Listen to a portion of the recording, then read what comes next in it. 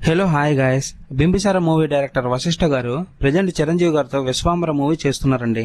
ఈ movie shooting start చేసి ఇప్పటికే 2 ఏళ్ళు అవుతున్నా ఇంకా ఈ మూవీని ఎప్పుడు రిలీజ్ చేస్తారనేది క్లారిటీ లేదు. కానీ షూటింగ్ మొత్తం ఆల్రెడీ 7 నెలల ముందే పూర్తి చేసుకుని మొన్న సంక్రాంతికి రిలీజ్ చేస్తామని కూడా అనౌన్స్ చేశారండి.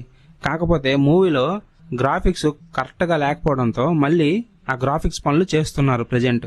ఇంకా ఆ గ్రాఫిక్స్ పనులు జరుగుతున్నాయే గానీ 3 నెలల నుంచి రిలీజ్ డేట్ అయితే ఇంకా అనౌన్స్ చేయడం లేదండి.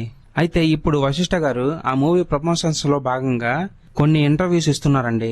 ఆ ఇంటర్వ్యూస్ లో విశ్వాంబరకు సంబంధించిన మూవీ స్టోరీని లీక్ చేసేశారు అతను అనుకోకుండా. దీంతో మెగా ఫ్యాన్స్ అందరూ షాక్ లో ఉన్నారండి. ఏంటి డైరెక్టర్ అయ్యుండి కూడా మూవీ స్టోరీని లీక్ చేస్తున్నాడు ఇతనని పిచ్చెక్కిపోతున్నారు ఒక్కొక్కడు.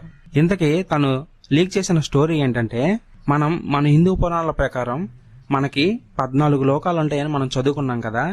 ఇప్పుడు ఈయన కొత్తగా ఒక లోకాన్ని క్రియేట్ చేసి దాన్ని 15వ లోకంగా చెప్పుకొని అందులో నివసించే ఒక దేవకన్యని తిరుగారు ప్రేమిస్తారంట. ఆమెని తీసుకురావడానికి తనే స్వయంగా వెళ్లి తీసుకొస్తారని చెప్తున్నారు వశిష్ఠ గారు. ఆల్రెడీ ఈ మూవీ స్టోరీని ఎక్కడో విన్నట్టుంది కదండి. మరెక్కడో కాదు, జగదేక వీరుడు అతుల సుందరి ఆ మూవీ స్టోరీనే తిప్పి తిప్పి కొట్టినట్టు ఈ మూవీని రాసుకున్నారు డైరెక్టర్ గారు.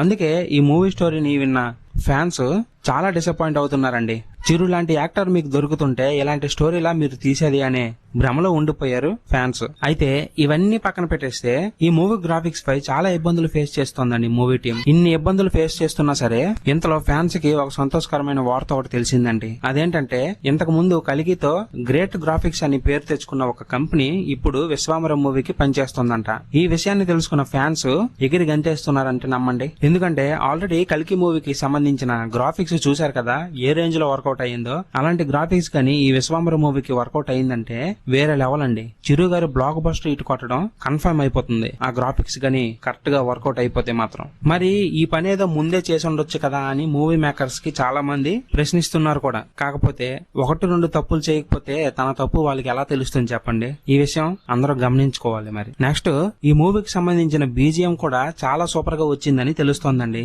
ఎంఎం కీరవాణి గారు ఇరగ్గొట్టేశారంట మ్యూజిక్ అండ్ బీజిఎం.